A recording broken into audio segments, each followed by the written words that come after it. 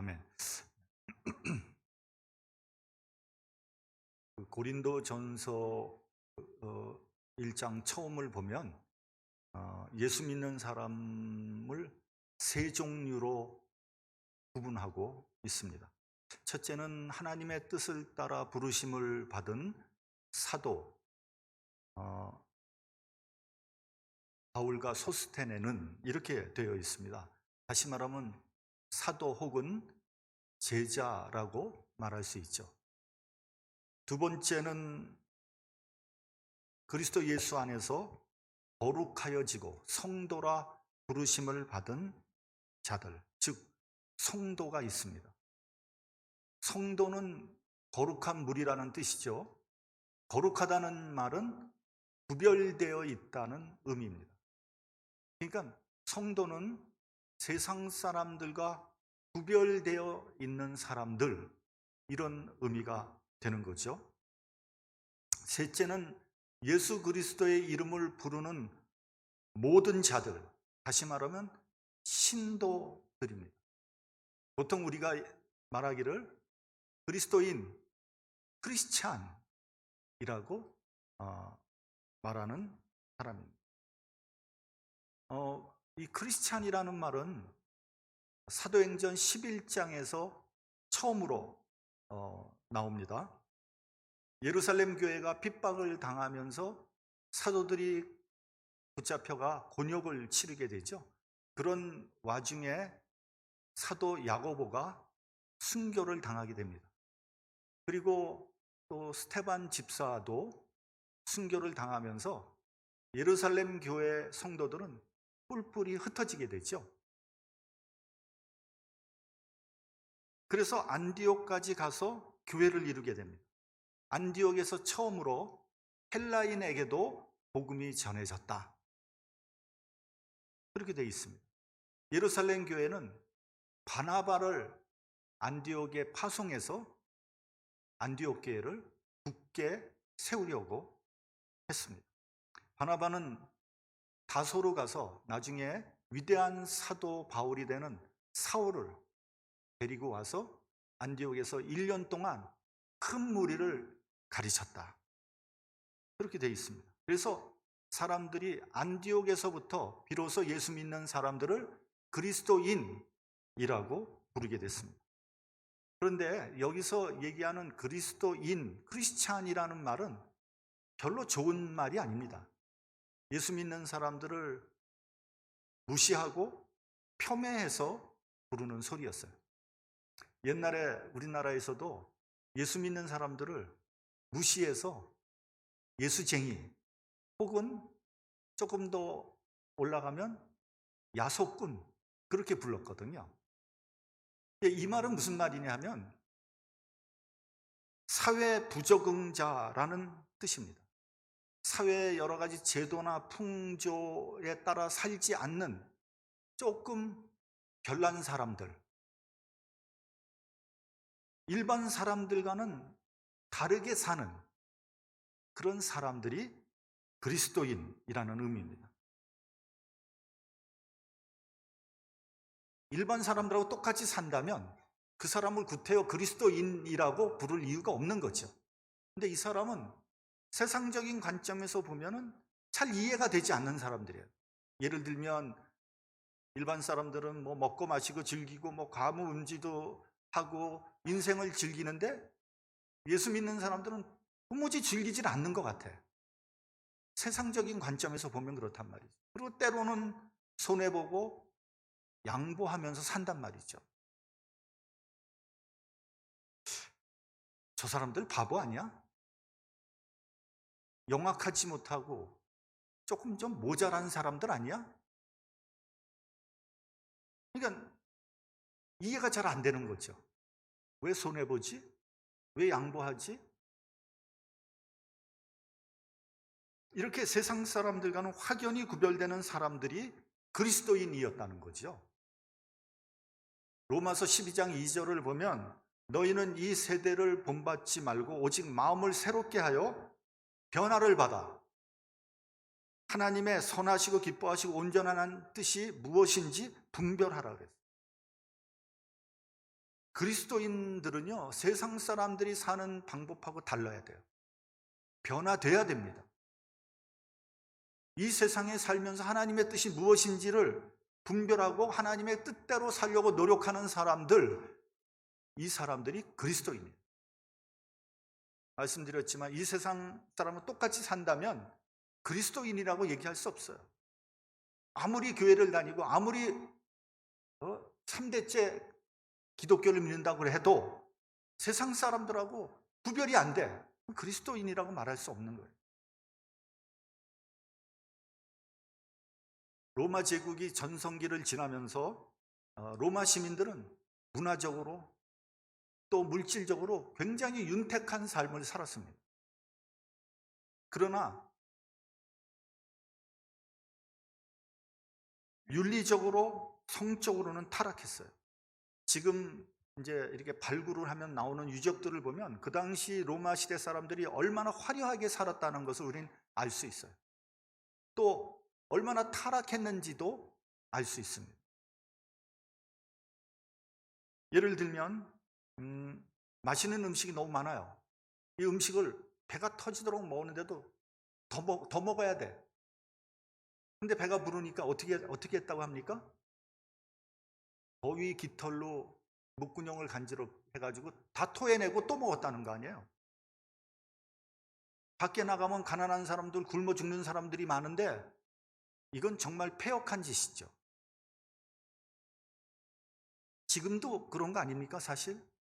지금 뷔페 음식점을 가면은 배가 터지도록 먹잖아요. 밖에 나가면은 가난하고 먹지 못한 사람들이 얼마나 많은데 뷔페 음식점에서 배가 터지도록 먹는다. 문제가 있는 거 아닙니까?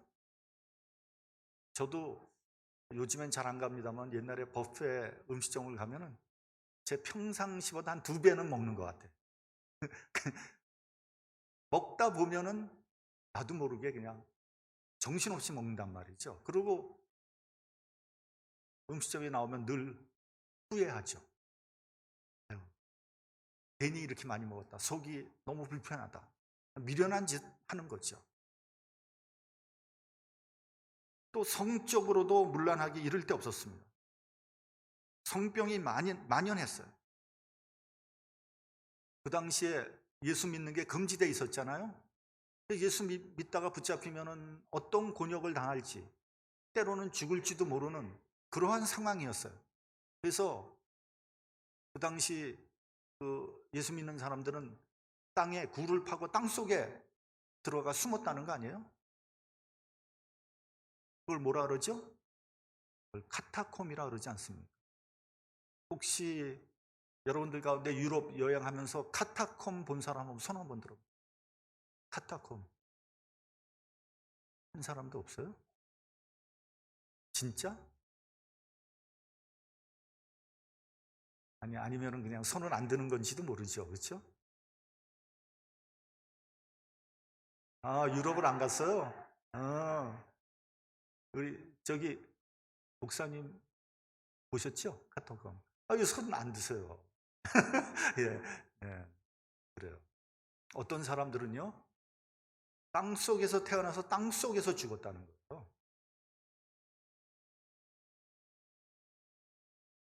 그러니 이 그리스도를 믿는 사람들은 대부분 하층 계급이었어요. 그렇겠죠. 누가 귀족이, 누가 부자가 그런 위험을 무릅쓰고 예수를 믿겠습니까? 그럼에도 불구하고 로마의 귀족들은 며느리를 구할 때는 예수 믿는 여자들을 구했다는 거예요. 왜냐하면 로마 여자들은 아기를 낳으면 그 아기가 도대체 누구의 아기인지를 모른다는 거예요. 하도 성적으로 문란해요. 그리고 각종 병들이 많아서 기형아를 그렇게 많이 낳았다는 거예요. 근데 예수 믿는 여성들은 윤리 관념이 철저했거든요. 그러다 결국 로마 제국은 AD 313년에 기독교를 공인하지 않습니까? 더 나아가서 기독교를 국교로 삼게 되는 거죠. 기독교를 공인한 콘스탄티누스 대제의 어머니 헬레나가 독실한 기독교 신자라 그러지 않습니까? 황제의 어머니가 독실한 기독교 신자였다는 거죠. 그래서 여러분, 우리가 성령으로 충만하면 세상 풍조가 내 삶 속에 들어오지 못합니다. 근데 내가 성령으로 충만하지 못하면 세상의 나쁜 풍조가 내 삶 속에 들어와서 내가 타락하게 되는 거예요. 교회도 마찬가지입니다.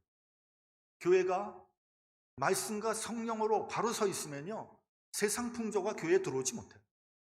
근데 교회가 말씀과 성령 위에 서지 못하고 영적으로 약해지면 교회에 온갖 나쁜 세상 풍조가 들어오게 되는 거예요. 교회가 굉장히 어지럽게 되는 거예요. 제가 한국에서 직장 다닐 때 제 대학교 1년 선배가 우리 부서 신입으로 들어왔습니다. 근데 그분은 참 착하고 성실한 크리스찬이었어요. 담배도 피지 않았고요. 회식을 가도 술을 마시지 않아요. 과장님이나 부장님이 술을 권하잖아요. 그래도 안 마셔요. 나이는 저하고 동갑이었는데 저는 그분을 좀 이렇게 좀 놀려먹고 싶었어요. 그래서 이제 회식을 가면 늘 제가 이런 말을 했어요. 아니, 남자가 말이지 사회생활을 하려면 좀 술도 마시고 호탕하게 좀 그렇게 해야지 인간관계도 잘 맺을 수 있고 출세도 할 수 있는 거지. 아니, 그렇게 맨날 새님처럼 그러고 앉아 있으면은 그거 어떻게 하냐, 남자가. 제가 막 여러 번 그 얘기를 하면서 술을 권했거든요. 술 한 잔을 마셔야지 말이지. 그랬더니 하도 그러니까 나중에 술을 한두 잔씩 받아 먹더라고요. 그러고 이제 저는 미국에 왔고요. 제가 이제 목사가 돼서 한참 후에 한국에 방문을 할 때 그분을 만날 기회가 있었어요.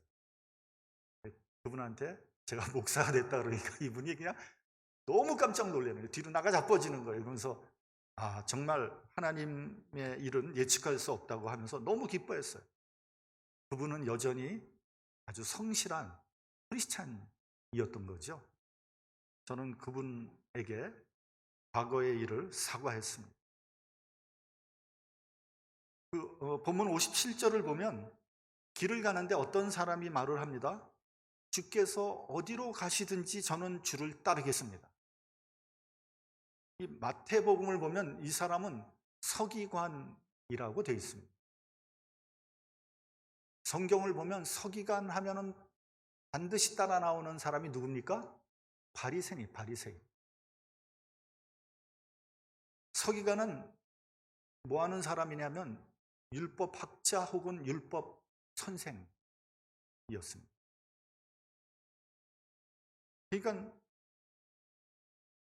율법 사회인 유대에서 율법학자라고 그러면 그 사회에서 가장 높은 수준의 지식과 지위를 갖고 있는 사람이죠. 구약 성경에 나오는 대표적인 서기관이 누구냐 하면 바로 학사 에스라입니다. 그래서 서기관은 율법을 연구하고 해석하고 가르치는 사람이었고요. 바리새인은 율법을 적용하고 지키는 사람이었어요. 이제 그런 면에서 볼 때 서기관은 바리새인의 우두머리다 이렇게 얘기해도 과언이 아닌 거예요. 그러한 서기관이 예수님이 어디를 가시든지 따르겠다고 한 거예요. 그 정도로 높은 사람이, 그 정도로 많이 아는 사람이 예수님을 따르겠다고 한 거예요. 왜 그랬을까? 우리가 누가복음 그 앞을 보면 금방 알 수 있어요. 누가복음 9장 처음을 보면요, 예수께서 12제자를 파송하시면서 귀신을 제어하고 병을 고치는 능력과 권세를 주셨습니다. 굉장한 거죠. 또 9절부터는 오병이어의 기적이 나옵니다. 떡 5개와 물고기 2마리로 남자 장정만 5,000명을 넘게 먹이고도 12바구니가 남았다는 거 아닙니까? 엄청난 기적인 거죠. 그래서 요한복음을 보면 사람들이 예수님을 왕으로 삼으려고 했다 이렇게 돼 있어요. 먹고 살기 힘든데 누군가 먹을 것을 계속해서 풍족하게 공급해 준다면 그 사람을 왕으로 삼고도 남음이 있는 거죠. 그렇지 않습니까? 이 오병이어의 기적이 있은 다음에 베드로가 주는 그리스도시요 살아계신 하나님의 아들입니다라는 고백을 하게 됩니다. 그러니까 베드로가 그런 고백을 한 이유가 있는 거죠. 그 다음에 나오는 것이 변화산 사건입니다. 이게 다 9장에 다 나오는 스토리예요. 변화산 사건이 뭡니까? 예수께서 기도하러 산에 올라가셨는데 예수님의 용모가 변화되고 옷이 눈부셔 아주 희게 돼가지고 눈부셔서 쳐다볼 수 없을 정도로 눈이 부셨다는 거 아닙니까? 그것이 바로 변화산 사건이에요. 게다가 양옆에 모세와 엘리야가 예수님을 수종들었다. 그 놀라운 광경을 베드로와 요한과 야고보가 보았습니다. 여러분 이번 주가 바로 트랜스피겨레이션 위기라고 해서 변화주일입니다. 알아두시기 바랍니다. 그리고 예수께서는 귀신을 내쫓고 각종 불치병을 고쳐주셨습니다. 정말 놀라운 일이죠. 요즘도 병원에 가면은 정말 많은 사람들이 병원에 있습니다. 많은 각종 환자들이. 그분들은 온몸에 그냥 주사바늘을 꽂고요. 각종 호수를 대고 사투를 벌이고 있죠. 프랑스 속담에 이런 말이 있다고 합니다. 사람들은 병 때문에 죽는 것이 아니고 병을 치료하다 죽는다. 근데 정말 그 말이 맞는 것 같아요. 사람들이 병원에 가자고 하면 지레 겁을 먹고 가지 않죠. 왜요? 병을 고치는 것이 아니라 병을 검사하고 치료하다 죽을 것 같기 때문에 그런 거예요. 요즘같이 의학이 발달된 때 머리 좋고 공부 많이 한 의사들이 병을 못 고쳐서 쩔쩔매고 있습니다. 그런데 예수님은 각종 난치병을 기도로 간단하게 고쳤습니다. 이 정도 되니까 제자들은 정말 기가 살았어요. 고무됐어요. 세상 말로 눈에 뵈는 것이 없는 거예요.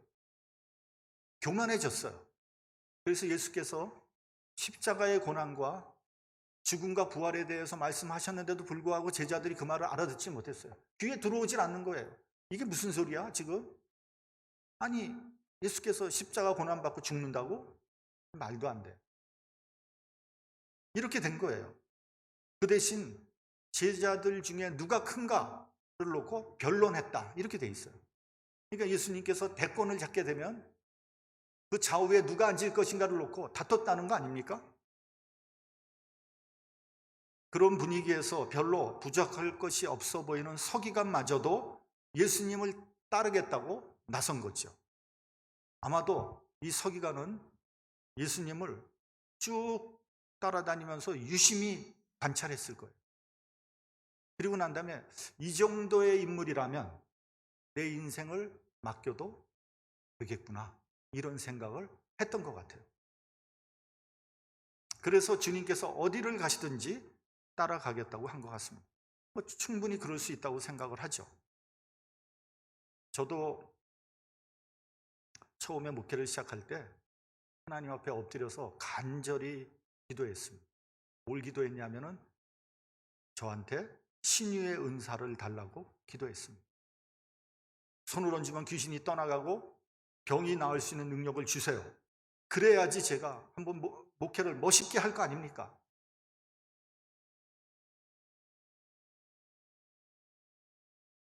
신앙에 별로 관심도 없었던 저를 뒤늦게 부르시고 또 목회 사역에 대해서 알지도 못하는 저를 부르셨으면 주님께서 책임지셔야 될 거 아닙니까? 시체말로 제가 목회에 대한 스펙이 있습니까? 경험이 있습니까?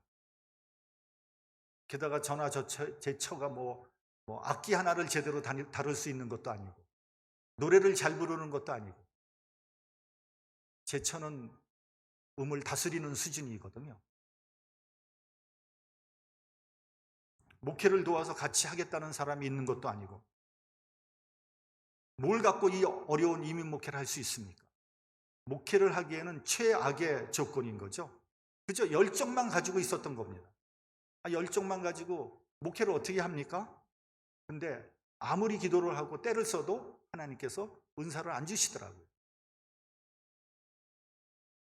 우리 본문 58절을 봉독하겠습니다. 본문 58절. 자, 시작. 예수께서 가라사대 여우도 굴이 있고 공중에 새도 집이 있으되 인자는 머리 둘 곳이 없도다 하시고, 예수님을 따르겠다는 열정이 가득한 서기관에게 예수님은 찬물을 확 끼얹으신 거예요. 나는 집도 없고 절도 없다. 근데 정말 생각해 보니까 예수님은 평생 어느 한 곳도 편히 쉴 만한 곳이 없었더라고요. 예수님이 태어나실 때도 말 구유에서 태어나셨고요. 공생애 하실 때도 이리저리 떠돌아다니면서 쉴 만한 곳이 없었죠. 돌아가시고 난 후에도 무덤이 없어서 아리마대 요셉의 무덤을 빌리지 않았습니까? 예수님은 평생 떠돌아다니셨고 가난했어요. 지혜가 있으셨지만 사람들에게 버림을 받았습니다. 놀라운 능력이 있었지만 십자가에서 죽으셨어요. 왜 그렇게 하셨는지 그 깊은 의미와 오묘한 뜻을 아는 사람이 없어요. 여우도 굴이 있고 공중에 새도 집이 있는데 인자는 머리 둘 곳이 없다. 이게 무슨 말입니까? 다시 한번 생각해 보라는 거예요. 예수를 따른다는 것이 어떠한 의미인지를 깊이 생각하고 결정하라는 거예요. 여러분, 그분을 따르기 위해서는 편하고 안락한 집을 떠나야 돼요. 자기를 부인해야 돼요. 내가 여태껏 추구했던 욕망이나 허위나 거짓을 다 벗어버려야 돼요. 이런 세상적인 것을 버릴 각오가 되어 있냐고 물으시는 거예요. 여러분, 세상에서도요, 세상의 법도요, 하나를 얻으면 하나를 잃게 돼 있는 거예요. 내가 다 가질 수 없어요. 하나를 얻고 두 개를 잃을지도 몰라요.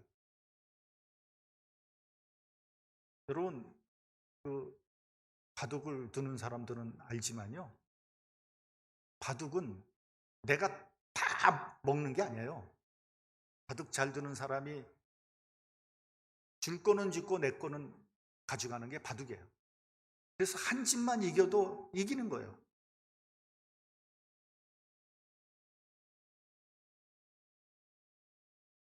하물며 하나님의 신령한 것들을 얻으려고 하는 사람이 이 세상 것도 겸해서 얻으려고 하면 되겠습니까? 요즘 그리스도인들은요, 염치가 없어요. 하늘나라도 없고 물질도 없고 지위도 없고 명예도 없고 다 얻으려고 해요. 욕심산하게 다 가지려고 그래요. 사도 바울은요, 나는 이전에 소중하게 여기던 것들을 분토와 같이 미련 없이 버렸다고 고백했습니다. 사실 우리가 생각해 보면 버려야 할 것들이 우리 주위에 굉장히 많습니다. 제가 이 설교를 이렇게 준비하면서 제가 우리 집을 한번 훑어봤어요. 버려야 될 것들이 너무너무 많은 거예요. 다 버려야 될 거예요. 다 버려야 될 거예요. 이거 어떻게 버려야 될지 모르겠어요. 근데 또 이제 제 차는 그냥 안 버리고 끼고 있죠. 계속.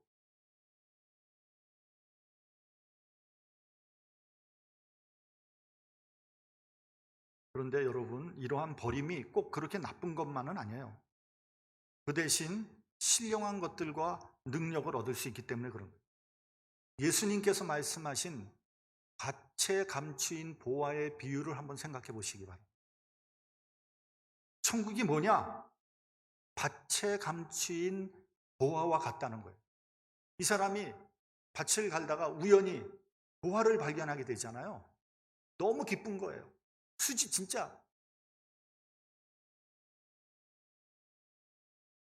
돈벼락 맞는 거죠. 너무 기뻐가지고 보화를 다시 묻었어요. 묻고 집에 가서 자기가 가지고 있는 모든 소유를 몽땅 다 팔아가지고 밭을 샀어요. 왜요?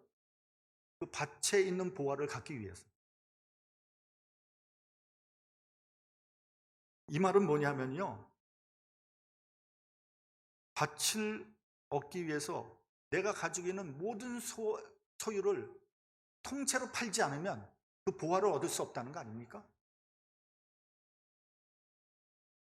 내 소유를 다 파는 그런 결단, 그런 손해를 보지 않으면 보화 얻을 수 없는 거예요. 내가 가지고 있는 거 전부 다 끼고 있으면서 보화까지 얻으려고 한다? 그건 불가능한 일이에요. 하늘나라는요, 내가 가지고 있는 거 모든 거 다 내가 다 하고 뭐 이것저것 다 욕심산하게 다 갖고 하늘나라도 갖겠다. 불가능한 일이에요. 여러분이 세상적인 것을 버리지 않으면, 그걸 희생하지 않으면 하늘나라 소유할 수 없는 거예요. 여러분, 우리 그리스도인들이 정말로 경계해야 하는 것이 있어요. 그건 뭔지 아세요? 그건 값싼 은혜라는 거예요. 값싼 은혜라는 건 이런 거예요. 훈련받지 않은 그리스도인, 자기 부정을 하지 않는 그리스도인, 인정받고 높임을 받으려고 하는 그리스도인, 직분을 계급으로 하는 그리스도인, 복받기를 원하지만 희생하기를 거부하는 그리스도인, 이런 사람들이 값싼 은혜를 바라는 사람입니다. 이런 그리스도인들과 기복적인 신앙 때문에 기독교가 망해가고 있다. 전 그렇게 생각합니다. 여러분, 우리가 받은 은혜는 그리스도께서 십자가에서 당신의 생명을 주시고 대가로 치르고 주신 소중한 은혜라는 사실을 깨달아야 돼요. 쉽게 생각해서는 안 됩니다. 조금 잘 되면 할렐루야 하면서 뭐 주님을 찬양했다가 조금 좀 안 되면, 조금 섭섭하면 뭐 예수는 뭐고 다 소용없어. 여러분, 우리가 받은 은혜는 그렇게 가벼운 은혜가 아닙니다. 생명을 다해서 충성을 하고 모든 것을 바쳐서 헌신해도 부족한 거예요. 그런데 이 서기관은 너무 심각한 거예요. 일시적인 감정에 따라 나서겠다고 한 거예요. 예수께서 이 사람 말린 거예요. 59절을 보면 예수께서 다른 사람에게 나를 조치라고 했어요. 이는 제자로 부르신 거예요. 제자로 부르신 거예요. 신도로 부른 게 아니에요. 성도로 부른 게 아니에요. 제자로 부른 거예요. 영광스럽고 황송한 일이죠. 그런데 이 사람은 내가 먼저 가서 내 부친을 장사하게 허락해 달라고 했습니다. 그러자 주님께서 죽은 자들로 죽은 자들을 장사하게 하고 너는 가서 하나님의 나라를 전파해라, 이렇게 말씀합니다. 이 부분은요, 난해 구절이에요. 아무리 그래도 그렇지 아버지 장례를 치르게 좀 해달라고 하는 것을, 그게 잘못된 거 아니잖아요. 잘못하면요, 예수 믿는 사람들은 부모도 모르고 천륜도 부정하나 이렇게 생각할 수 있어요. 옛날에 조선시대 때 그런 일 있지 않았습니까? 조상님 제사를 지내려고 제사를 지내지 못하게 하니까 조선 사회가 발칵 뒤집혔잖아요. 아니, 세상에 이런 나쁜 놈들이 있나? 분노했습니다. 예수쟁이들은 부모도 없나? 부모를 섬기지 않는 도를 어떻게 믿을 수 있겠는가? 엄청난 핍박이 몰아쳤습니다. 수많은 순교자가 났어요. 그래서 천주교에서는 제사를 허락했죠. 그리고 일부 개신교에서도 제사를 허락했습니다. 여러분, 어떻게 해야 됩니까? 제사를 드려야 되나요? 말아야 되나요? 저는 개인적으로 조상신을 섬기는 것은 안 된다고 생각합니다. 왜냐하면 조상은 신이 아니기 때문에 그럽니다. 조상이 후손들에게 복을 내릴 수도 없고요, 생명을 줄 수도 없어요. 그러나 조상을 존경하고 기르는 것은 좋은 일이죠. 그래서 조상이 돌아가신 날에 후손들이 모여서 그분을 생각하고 그분의 뜻을 기리는 것은 권면할 만한 일입니다. 당연히 해야 된다고 생각합니다. 그것이 뭡니까? 그것이 추모 예배예요. 우리가 미국에 사니까 한국에서 부모님이 돌아가시면 장례에 참석하지 못하는 경우가 종종 있어요. 이유는 여러 가지가 되겠죠. 예를 들면 비즈니스를 갑자기 문을 닫을 수 없다든지, 신분 때문이라든지, 돈이 없다든지, 몸이 아프다든지, 요즘과 같은 팬데믹 같은 때는 전염병 때문에 참석하지 못한단 말이죠. 피치 못할 사정들이 있어요. 누가 각각의 사정을 알겠으며 누가 누구를 비난할 수 있겠습니까? 그래서 뒤늦게 부모님 무덤을 찾아가서 회한의 눈물을 오열을 하는 그런 사람들이 있습니다. 결국 무엇이 더 급하고 더 절실한가 하는 거예요. 본문에서도 우선순위의 문제를 말씀하는 거예요. 장래보다 한 생명을 구할 수 있다면 그것이 더 시급하다는 말씀을 하는 거예요. 여러분 한번 생각해 보세요. 장례를 치러야 됩니다. 근데 한 생명을 지금 살릴 수 있어요. 뭘 해야 됩니까? 한 생명을 먼저 살리라는 거예요. 장례 치르지 말라는 게 아니에요. 무엇이 더 우선하는가? 그것을 말씀하는 거예요. 본문 61절에도 다른 사람이 이렇게 말합니다. 주여, 내가 주를 좇겠습니다마는 나로 먼저 가족을 작별케 허락하소서. 주님께서는 이마저도 허락하지 않으셨어요. 이건 제 개인적인 생각입니다만, 만약에 가족에게 내가 예수님을 따라가겠다고 하면 가족이 허락하겠습니까? 내가 부인한테 혹은 남편한테 나 이제 다른 거 다 관두고 나 예수님만 따라가겠습니다. 그러면 허락하겠습니까? 굳고 말리지 않겠습니까? 여러분, 중요한 결정은요, 홀로 하는 거예요. 어떤 목사님의 아들이 의사가 됐어요. 이 사람이 이제 대학병원에서 의사 일을 열심히 하다가 자기가 결심한 바가 있어서 아프리카 의료 선교사로 가기로 했다고 아버지 목사님에게 얘기를 했습니다. 아버지 목사님이 어떻게 했을까요? 굳고 뜯어 말리는 거죠. 아니, 왜 네가 가야 되니? 지금 거기 분쟁 지역이라고 그러는데 거기 잘못하면 죽을 수도 있는데 꼭 네가 가야 되니? 다른 사람이 가면 안 되겠니? 왜요? 아버지니까. 목사 이전에 아버지니까 말리는 거 아니겠습니까? 이해가 되지 않겠습니까? 목사님도 아들이 아프리카 선교사로 간다고 하면 말리고 싶은 거예요. 주님께서 손에 쟁기를 잡고 뒤를 돌아보는 자는 하나님 나라에 합당치 않다고 했어요. 무슨 말입니까? 하나님의 사역이 모든 일을 우선한다는 거예요. 여러분, 하나님 나라에 합당한 사람이 어떤 사람입니까? 다른 모든 일보다 하나님 사역을 먼저 하려고 하는 사람이에요. 우리가 이런저런 사정 다 따지고 보면 주의 사역 못합니다. 주님께서는요, 자고 우면하는 사람 원하지 않습니다. 주님께서는 가장 중요한 생명을 우리를 위해서 바치셨어요. 때로 주의 사역을 하다 보면 힘들 때도 있고요, 시험 들 때도 있고요, 손해볼 때도 있어요, 희생해야 될 때도 있어요, 기분 나쁠 때도 있어요. 그러나 그런 모든 것들을 다 극복할 수 있어야지 비로소 그 사람이 주의 사역을 할 수 있는 사람 아니겠습니까?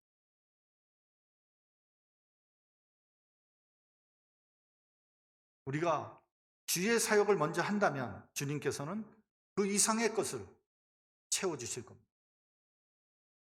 먼저 그 나라와 그의 의를 구하는 저와 여러분이 되시기를 주님의 이름으로 축원합니다. 기도하겠습니다.